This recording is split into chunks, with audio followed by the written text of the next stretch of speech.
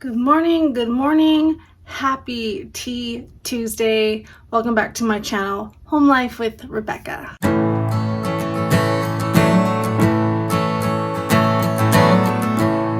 So this morning I got the kids off to school, and because I didn't have any appointments, I figured I would make this video first. My watch doesn't work and I keep going like this. It's almost 9 o'clock, I think. So usually I've been getting up around 5 and doing my yoga, taking the kids to school, going on my walk, or running to appointments. But I let myself sleep in today till about 5:45, which I know is still very early. I figured that I would try to go a little bit slower today since I didn't have any appointments. Sorry, my nose itches. And I knew all the kids would be at school. I knew Allie would be at work. So I wanted to make this video while the house was quiet, while Adam was at work. So I figured I would do this first and then go on a walk with my friend and then do some yoga. I am on day, what's today, the 26th? I think I'm on day 26, 27. I don't know what today is. Let me go see. I'm lost without my watch. I'm so used to going like this. So today is the 26th, so I have not skipped a day. And I've just been doing very gentle, easy yoga. I started a couple days ago getting into some power yoga, doing some 30-minute videos when I have extra time. Most mornings I've been doing 10 minutes, 15 minutes. On the weekends I've been trying to do 30. And then today I'm hoping to get a 30-minute or a 20-minute one in and more of a power one. I haven't lost any weight. I don't weigh myself, but I mean, my clothes feel a little bit different and I do feel a little bit stronger in my arms and in my core. It's easier to get to certain positions than it was versus the beginning of the month. So I mean, really, yoga is a practice, and the more you do, even if it's 5 minutes a day, the better you become, the more flexible you become. So I wanted to make the Tea Tuesday. So I did a little coloring in my this Bible. It's my coloring Bible. So I colored this page and I highlighted Psalm 91, and then I made like a little note in the margin. Oops. So I want to start getting back into journaling with my Bible, but He alone is my refuge, my place of safety. I really, really like that psalm because I've been really feeling that I really need to lean more on God. I keep getting overwhelmed, and I've said this before on this channel. I tend to do that. I'm overwhelmed, and then I am not praying about it. I'm not keeping my eyes focused on God. I'm trying to fix things myself, and that never works. So I need to let Him be my refuge and my place of safety. So thought that was a good verse for today. So I'm going to bookmark that. So I thought we would start with create your own calm. So the page I picked is what is the source of stress in each of the following areas of your life? And it says my health, my creativity, my family, my friends, work and school, social media. And then after you fill that in, below it says how can you eliminate some of these stressors. So I kind of broke it down. I combined the family and friends, but we'll just go down the list and kind of talk about it. So it says my health. A stress I have with my health is really just making time to take care of myself, whether that is doctor's appointments, resting, praying, really like giving myself nourishing food or adequate sleep. I have always struggled with putting myself and my needs ahead of anybody else, especially when I became a mother. Even before I had kids, I struggled with that, feeling like everybody else's health was kind of more important. And I'm even more so like that now with my husband having health issues, and then my kids having health issues, and then just getting people to their appointments, and my husband having to have surgery, and I just keep putting my stuff off, and I think that will end up having dire consequences later down the road or even now in my life. Look at my big old fat cats over there. Okay, and then so what I put, how I could relieve some of those stressors, I can make those appointments, stop putting them off, because there is never going to be a good time, and I'm realizing that because I keep saying, oh, okay, I'll do the colonoscopy that I'm supposed to do, because they've moved the age from 50 to 45, so I'm already a year behind. My husband had his, I'm supposed to make mine, or I need to call the physical therapy place back to make the appointments for my tennis elbow and for my thumbs, because I just haven't done it. I went and saw the hand doctor again, and we decided together that I don't want to have the surgery yet. I want to put it off. I have not tried physical therapy for my thumb, and it was helping, like with the wearing the brace and stuff. So he wanted me to try that, and that was a month ago, and I have not went back because I just felt like there was no time with everybody else's things going on. I can feed my body nourishing food.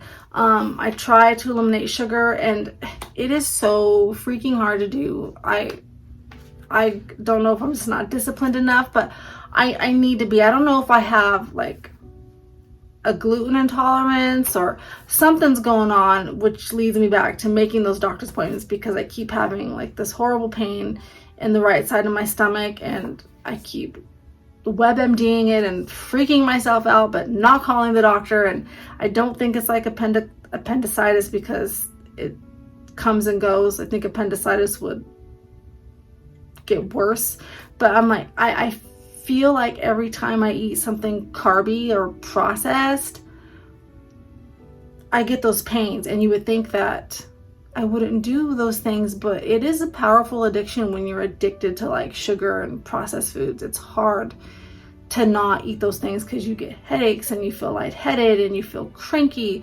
So I really need to start taking care of myself. And I know I keep saying that, and it's been like a year, it's been 6 months, it's been 2 months, and I don't do it. I start off good and then I don't do it. It's hard to do. I know I'm not the only one that struggles with that.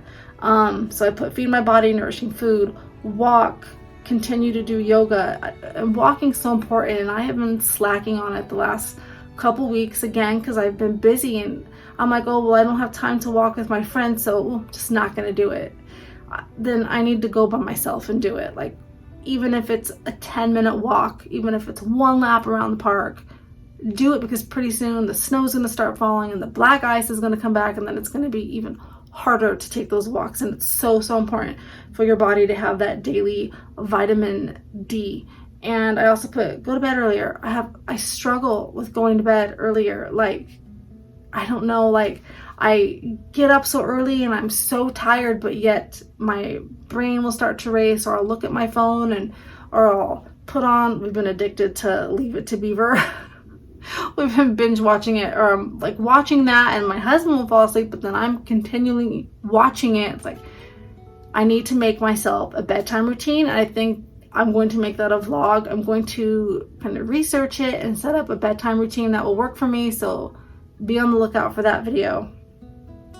Okay, so the next one, a stress in this area, is for my creativity.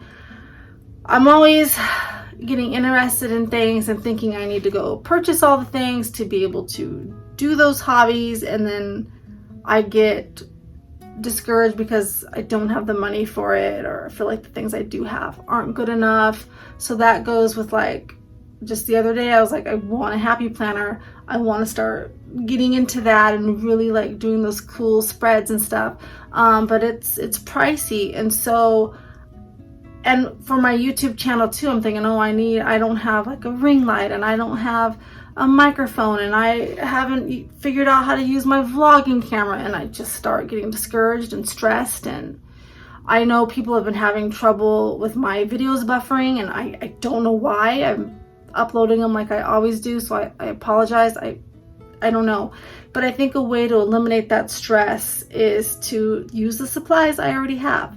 Have fun, make a wish list, or make a vision board, purchase a little at a time, do research on what I'm interested in before I start buying things. And that's kind of what I have been doing, and that's actually fun. I feel like that's kind of a creative outlet in itself. And as far as YouTube goes, I mean, that can get mega expensive, and I don't think my channel's big enough to go purchase those things anyway. A source of stress with friends and family, I combined these two. I put not returning phone calls promptly and not telling friends and family that I'm really close to how I'm really feeling. The phone, I hate talking on the phone. I just don't like it. I hate talking on the phone. I'm better at FaceTiming, like doing the video chat where I can connect more that way, but I've just never really liked talking on the phone. Like even as a teenager, I mean, when friends spent the night, it was different because we were like giggling and, you know, prank calling people or whatever. But I've just never been a phone person. And then people will call me, and then the longer I go without returning their phone calls, the worse I feel, which makes it harder to return those phone calls. And I need to stop doing that. So one of the things I put for eliminating the stress for friends and family is just make those phone calls, maybe set up boundaries, because I am busy. Maybe tell them, hey, you know, I'm just wanting to see how you're doing, but I only have 5 minutes to talk. Or just be honest, like, I don't like talking on the phone, but, you know, I wanted to see how you're doing, and maybe we can FaceTime if they have video chat available. And telling people that, you know, if I don't answer the phone, I'm not ignoring you. If I don't get back to you, please don't take it personally, because most of the time I'm not looking at the phone going, oh gosh, like I don't want to talk to this person, I'm ignoring you. It's because I'm just busy. And then when I do have downtime for myself, picking up the phone and returning phone calls isn't on my list of priorities, but I do need to start making time for my family and friends in that sense. And also when people ask me, again, close family and friends, how is it going? Like my mom or my sister, or I think they're genuinely really wanting to know, and I have a habit of saying, oh, everything's fine, when in reality it's not, and I feel like I'm suffering inside, and I need to start reaching out more. And because I think that would be helpful, because maybe they can help me or just let me vent, and it's good to get things off your chest. And then the category was stress at work and school. So obviously I don't work and I'm not in school, but I use this category like kind of for my kids. I feel like I'm responsible for my kids' grades. I'm responsible for their work performance and their school performance. And sometimes I even feel responsible for the relationships, whether it's friends, girlfriend, boyfriend, their siblings, the relationships with their dad, with their grandparents. If they don't return phone calls, or they're not saying thank you, or they're not calling friends back, or they're not getting good grades, or they don't know if they want to go to college, or I have got to let that stuff go. So I need to keep telling myself that they are their own people, because they're getting older. Kennedy's, different, because she's still, 9.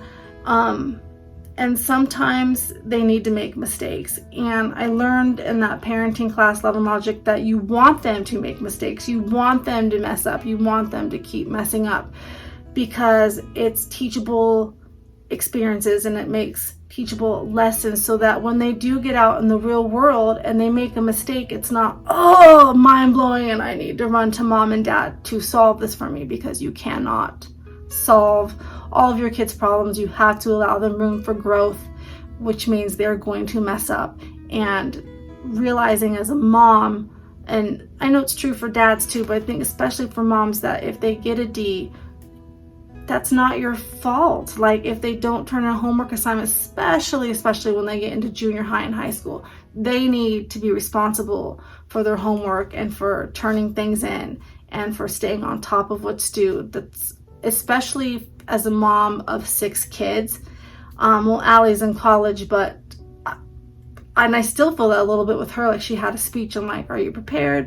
Did you do it? Like those kind of things. Like I need to really let those things go, because I can't keep track of 6 kids' schedules with school. And if they get fired from a job or let go, or again, like I gotta stop thinking that all of those things are a reflection of me, because I know how I raised them, and they're going to make mistakes just like I made mistakes and I learned from them. So I really need to keep that in mind. And then the last thing was on social media, some of the stress that I feel, which I think is very common, is comparing myself to everything I see, whether it's somebody's clean house or whether I've been watching a lot of happy planner videos thinking, how come I don't write that neat, or I can't put stickers on straight, or comparing myself to other YouTube channels, because a lot of times I go back and I'm like, oh wow, like they're doing kind of the same thing that I do, and they only started 8 months ago and they already have, 10,000 subscribers, or they already made it to 1,000 subscribers and I'm on year 5 and I can't even make it to 3,000 subscribers. What am I doing wrong on my channel? Let it go. I gotta let it go. Because I put for how can I relieve some of that? Take social media breaks. So, and take those social media breaks without feeling the need to explain all the time that, hey, I'm taking a social media break, because then that just leaves room for comments and why, and maybe sometimes you don't want to talk about it, because sometimes those things are embarrassing to admit. But take those social media breaks, or maybe you weren't meant, this is just what I wrote down, maybe you weren't meant to have a big channel. God knows your heart, God knows your limits, and maybe he was protecting you and your family from not having a big channel. So if anybody followed the 8 passengers and that mom that's in jail, the Ruby Frankie and that coach lady, I do follow some true crime podcasts. So I heard about it. I never watched her channel, but there is a lot of like family vloggers that are getting into trouble for people are saying that they use their kids to make money. And when I first started my channel, I really liked that channel, Family Fizz. I think they used to be called Vegan Family TV. That's actually what inspired me to start a YouTube channel, because I did like little daily vlogs. I don't watch them anymore. I don't really enjoy their content anymore. It does seem like they use their kids to make money, but I mean, I'm not one to judge. I'm not in their shoes, so, But I see like a lot of these channels are, getting in trouble. So I thought, I went back and I made a lot of my videos private, because when I made them, I wasn't really thinking that I was exploiting my kids. I don't think I had any videos that were really like that, but some of them that my kids had told me, can you take those down, because it is embarrassing, like if their friends see it, and there is that digital footprint. So I think I need to be more mindful on when I post about the kids, and I'm still gonna do probably like Vlogmas or do like the little family videos, but just being respectful if they don't want to be in the video, because they're just at that age too where friends are on here, and yeah, I mean, I get it. And so I just feel like maybe my channel was never meant to be big because God was protecting me, or he knows my limits because I get overwhelmed. Because I think possibly if my channel got big, I probably wouldn't enjoy it as much, because I don't have I would feel like I needed to get all that expensive equipment and put out content, and I like to post when I'm feeling passionate about something, or inspired or encouraged, or whatever the situation might be. So I think that's helpful for social media. And I was watching a lot of true crime video like channels, and then listening to a lot of podcasts, and so I've been tapering off because then all that was in my brain, and I think that was making it hard to fall asleep too. So started watching more of the scrapbooking and the planner channels, but gotta stop comparing myself. I don't have the stuff to do those things. Or watching Mrs. Peach or Coffee with Kate, I forget her new name, just those kinds of channels that are just fun and uplifting and encouraging and make you smile. Okay, that was my Tea Tuesday. Be on the lookout for new videos coming out. I've got some fun ones planned, and I hope everybody has a great day. Leave me a comment. If you want to elaborate on any of these questions yourself in the comments, feel free to. And yeah, if you would like to still do the snail mail, I will link my email in the description box, because we no longer have the PO box. and you can just email me if you would like my address. I've gotten some really cool pen pals over the years, and Kennedy loves to have pen pals too, so she's my youngest, and Jillian does also. So let me know, and then I will send you my address that way. All right guys, chicken tendies, have a great day. Bye.